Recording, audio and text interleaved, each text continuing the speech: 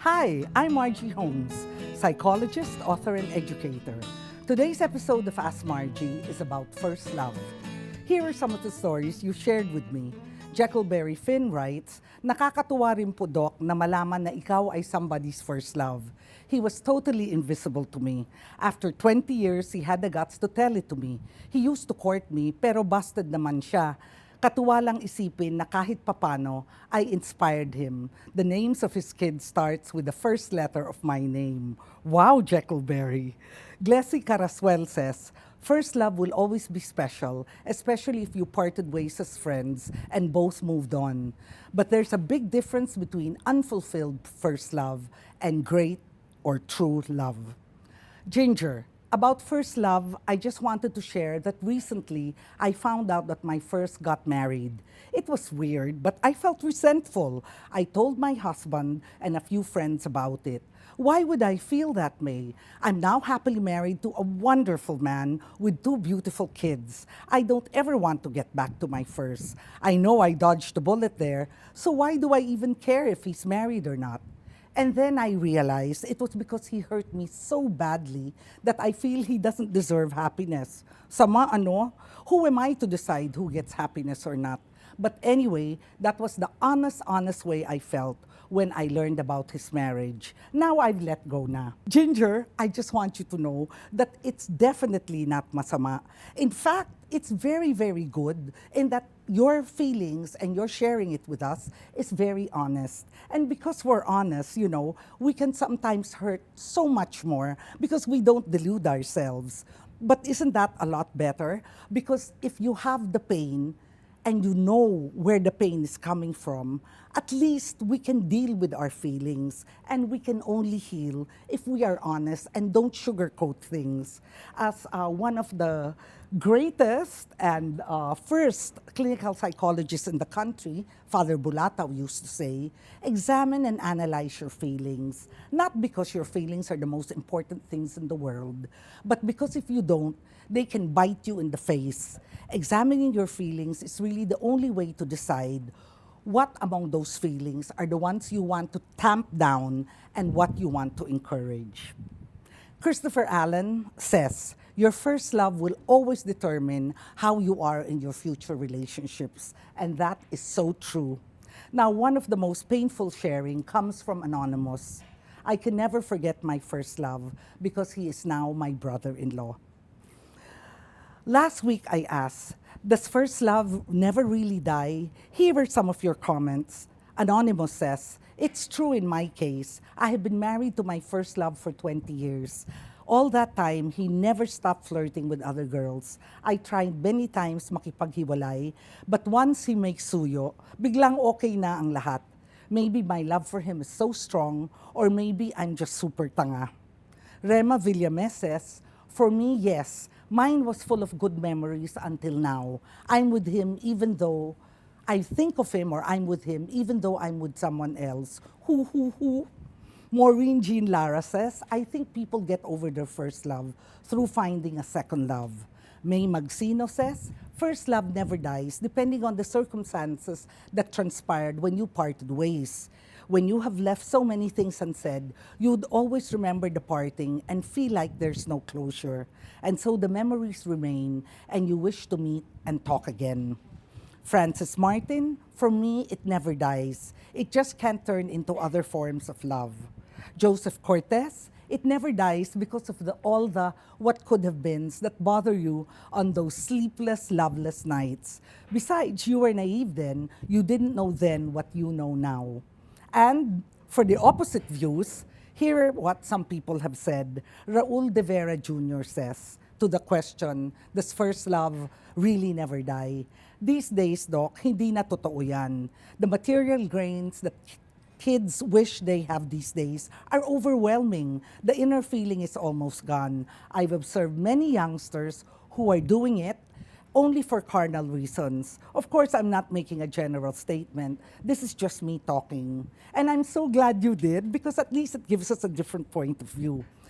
We have Aisha Allen who says, based on my personal experience, yes, first love can die. You don't forget the person though, but these overwhelming feelings then can be diminished. Bert Kabuyan, for me, it died. When one says first love never dies, does it mean you still love the person? Or perhaps it's the memories that never die. Everything must end, and if the time comes, there should be closure. There's no point in remembering even the memories because it'll just bring back heartaches. Life must go on.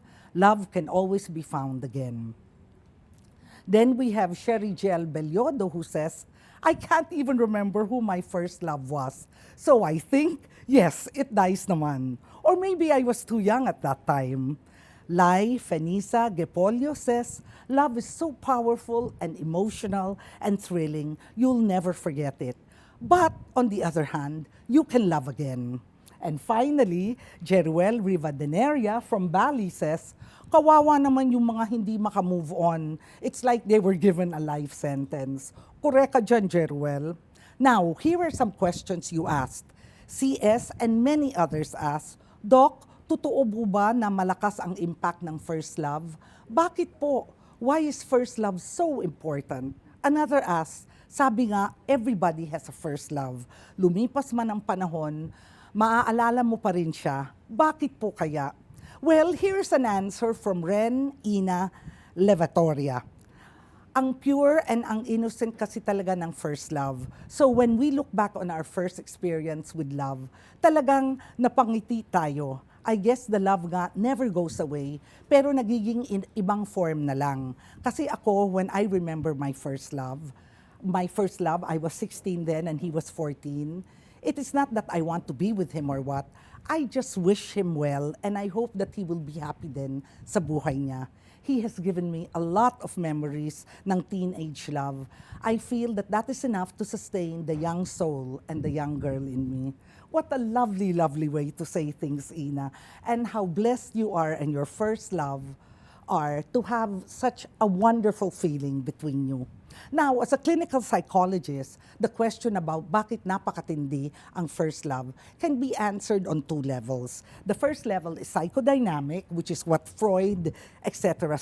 says, and the second from a neuroscientific point of view, which is good because the neuroscientific point of view is not mere theory. It is based on actual studies of the brain.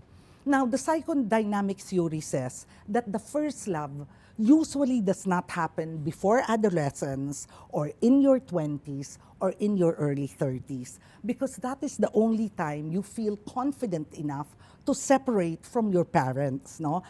During that time, your barkada becomes the most important group in your life. Isn't it, if you look back to the time or if you're experiencing it now, that is why your parents and you tend to fight a lot because your parents used to be the number one, the most important factor in your life, but now they aren't anymore. Now, to help you move on, to help you separate from your parents, you usually need something strong, something that engages you, not only mind and soul, but also body and your loins. And usually, it is only a first love that can do it. You know, because from the Oedipal love that you have from your parents, you now go, once you reach adolescence, into your first love. A neuroscientific way of looking at it says that, you know, the brain responds differently to the outside world if you are a teenager compared to if you are an adult.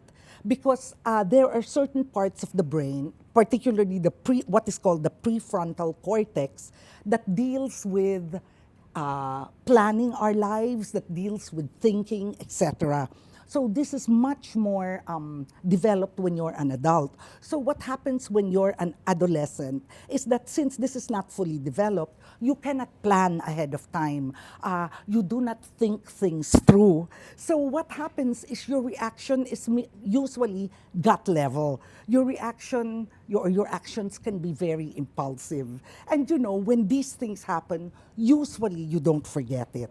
Okay? And perhaps the best and most poetic way I can answer your question about first love is to quote Edna Aquino.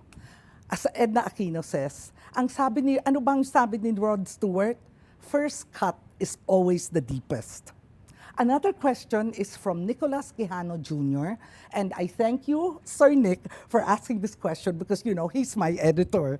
Anyway, what he asks is, how about a first love that became unrequited love? That would be interesting, complex, and revealing. The composer Belowitz confessed at the end of his life that everything he was, he owed to his first and unrequited love. So does that mean that unrequited love can produce greater works of art? Nick, is that what you're saying? Or is that what you're asking me? Because how I would answer is that yes, for some, it does produce greater works of art because, pain always makes us think. If we are in pain, we cannot go skipping through the roses singing la la la la la because there is something inside us that demands attention. And therefore, if your heart is broken, it helps you. It helps you focus on yourself. It helps you focus on what is important to you and what is great art, if not focusing on what is important to you, right? And remember, of course, that pain can be channeled, pain can be sublimated. And it is received knowledge, we don't know how true this is, it is received knowledge that when you are so in love with a person and you cannot express it directly, what you do is you take this energy, take this, what is called life force, and put it in your paintings. However, that is not always true, right? Because remember Pablo Picasso, he did wonderful works of art, and yet we cannot really say that he sublimated his passions. Because if you will read any of his biographies, he had a lot of women with whom he shared a lot of this passion with, and he had a lot of paintings where he also put his passion in. Okay?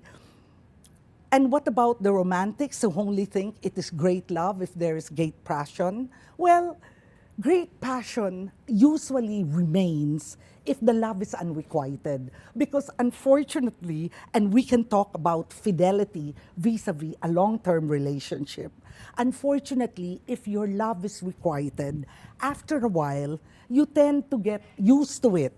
And therefore, that kind of passion that is there when it's something new diminishes. And so, for us human beings, as opposed to for us rabbits or rats, etc., what one asks is, can I still be faithful? And I hope so, huh?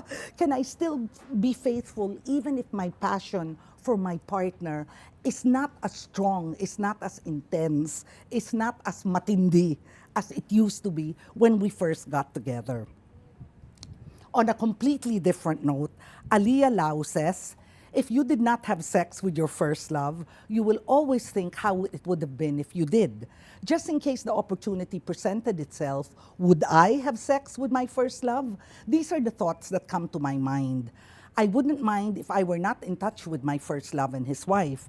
But the wife is within my circle, and she is still mighty jealous of me. If you brought up the possibility of having sex with an ex, ay nako. Now, to end on a romantic note, Cheche Bureche says, if it's true, first love never dies, lalo na kung first love ang true love mo pa.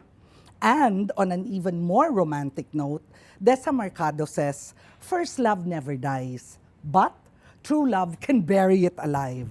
That's for sure. Well, thank you, Desa, and thank you, Cheche Bureche, and all of you who wrote in, who tweeted, and wrote me on Facebook. Next week's topic is, what are you going to do when you re-meet your first love? Please send all your comments and your questions to us on Facebook, tweet using the hashtag AskMargie, or send an email to askmargie@rappler.com. Thanks for stopping by and see you next week.